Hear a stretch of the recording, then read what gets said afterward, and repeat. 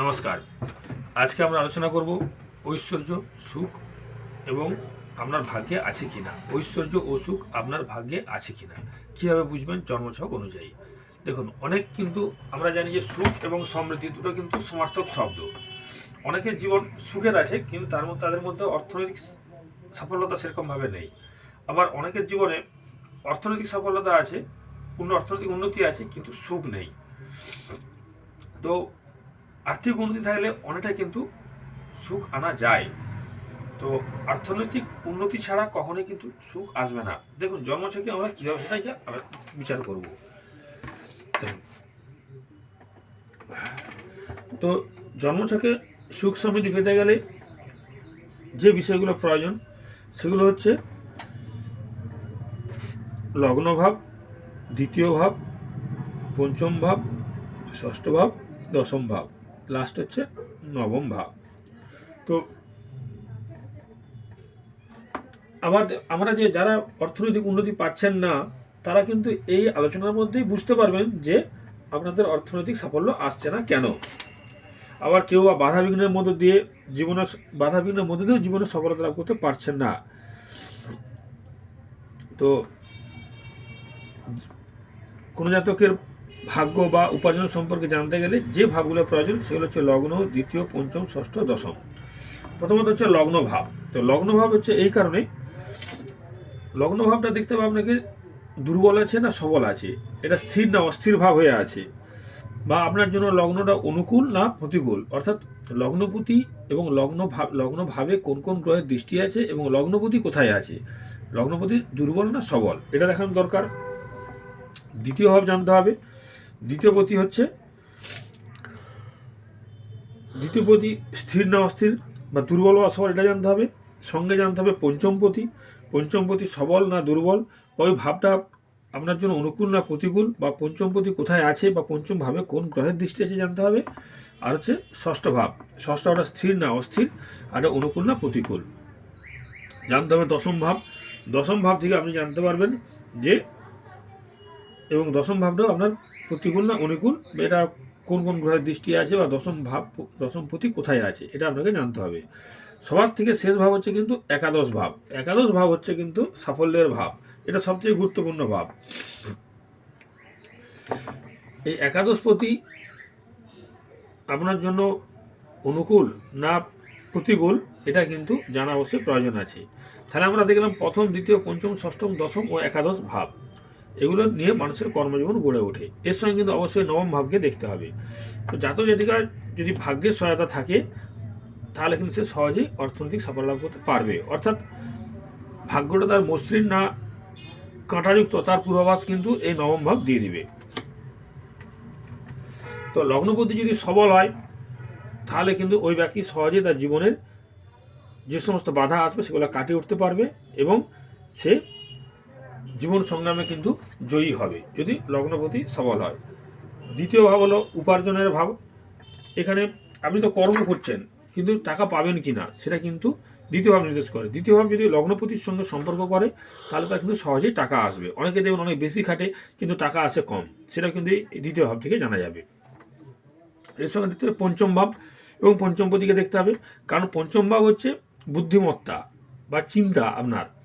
তো এই ভাবপতি যদি সঠিক থাকে, তাহলে আপনার চিন্তাভাবনা সঠিক হবে, তাহলে সেই সঠিক চিন্তাভাবনার দ্বারা আপনি কিন্তু আপনার সৌভাগ্যের রাস্তা আপনি খুঁজে পাবেন।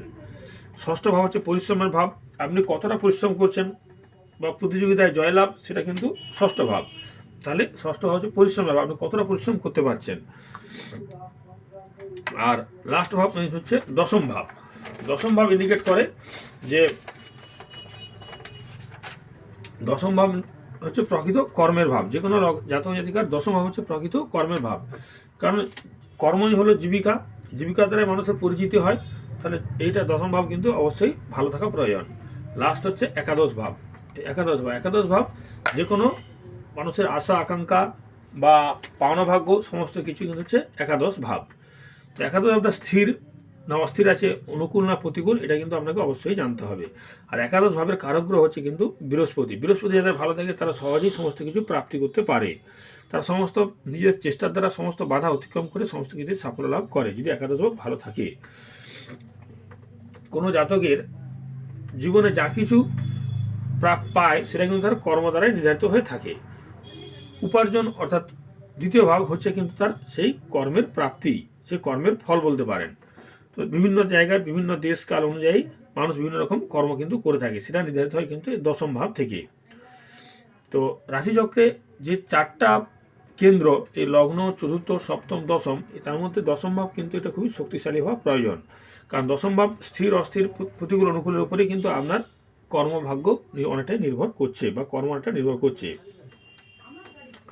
তো এই লগ্নপতি যদি দশমপতির সঙ্গে যুক্ত থাকে তাহলে ওই ব্যক্তির, বা নবমপতি দশমপতির সংযোগ থাকে তাহলে ওই ব্যক্তির, বা একাদশপতির সঙ্গে লগ্নপতি দশমপতি বা নবমপতি দশমপতি বা একাদশপতি দশমপতি যদি কানেকশন থাকে তাহলে ওই ব্যক্তি কিন্তু সারা জীবন কাজের অভাব হবে না, ওই একটা না কাজ ছাড়লে একটা কাজ কিন্তু পেয়ে যাবে।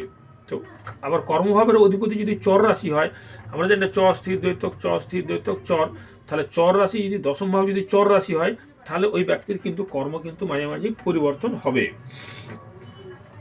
আচ্ছা, এবারে দশম ভাব যদি সঠিক থাকে তাহলে জাতক জাতিকার স্বাচ্ছন্দ্যে বিকাশ হবে বা জীবনে উন্নতি করতে পারবে। তো দশম ভাব যদি বেশি সবল হয় তাহলে ওই ব্যক্তি কিন্তু জীবনে বেশি উন্নতি করতে পারবে। তো এই দশম ভাবের অধিপতি গ্রহ হচ্ছে কিন্তু দশম ভাবের যে কারক গ্রহ সেগুলো হচ্ছে কিন্তু শনি, বুধ এবং বৃহস্পতি। তো এখানে শনি দেয় ধৈর্য, কর্মক্ষমতা, বুধ দেয় ব্যবহারিক দক্ষতা, আর বৃহস্পতি দেয় জ্ঞানের দিক নির্দেশ করে থাকে। আবার যদি শুক্র হয় দশম ভাব তাহলে শুক্র কিন্তু বিলাসবহুল জীবনযাপন ইন্ডিকেট করে থাকবে। তাহলে এখানে আমরা যেটা দেখলাম যে লগ্ন, দ্বিতীয়, পঞ্চম, ষষ্ঠ, দশম, একাদশ ভাব এগুলো নিয়ে মানুষের কিন্তু কর্মজীবন গড়ে ওঠে। লগ্ন, দ্বিতীয়, পঞ্চম, ষষ্ঠ, দশম ও একাদশ ভাব সঙ্গে যদি নবম ভাবও কিন্তু ধরতে হয়, তাহলে এগুলোর দ্বারা আমরা বুঝতে পারবো একজন জাতক জাতিকার কর্ম কীরকম হবে।